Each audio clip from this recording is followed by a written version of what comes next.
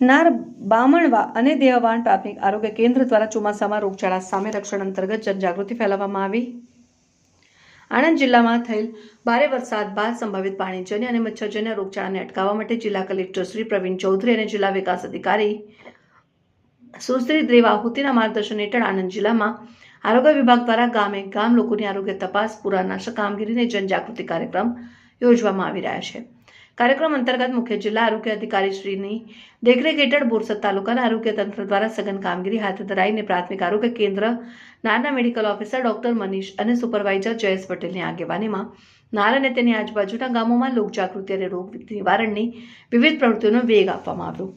આરોગ્ય ટીમ દ્વારા દરેક ગામના ઘરે ઘરે જઈને ક્લોરીનની ગોળીઓનું વિતરણ કરવામાં આવ્યું છે, જેથી નાગરિકોને શુદ્ધ પીવાનું પાણી મળી રહે। આ ઉપરાંત જનસમુદાયના સ્વાસ્થ્યને ધ્યાનમાં રાખીને પંચાયતની પાણીની ટાંકીઓમાં પણ ક્લોરિનિકેશનની પ્રક્રિયા હાથ ધરાઈ।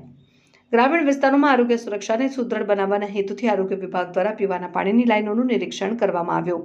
તપાસ દરમિયાન જ્યાં પણ લીકેજ જોવા મળ્યા ત્યાં તાત્કાલિક અસરથી યુદ્ધના ધોરણે રિપેરિંગ કામગીરી કરવામાં આવી।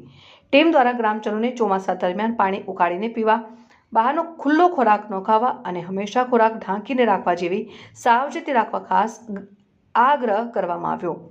મચ્છરોનો ઉપદ્રવ રોકવા માટે વરસાદી પાણી ભરાયેલા ખાડા ખાબોચિયામાં ટ્રાયફ્લ્યુબેન્ઝોરોન દવાનો છંટકાવ કરવામાં આવ્યો અને બેડ સોલ્યુશન દ્વારા પુરાનાશક કામગીરી પણ સઘન બનાવવામાં આવી। પાટવી ગુજરાતી ન્યૂઝ, શિવરાજ સુભાઈ।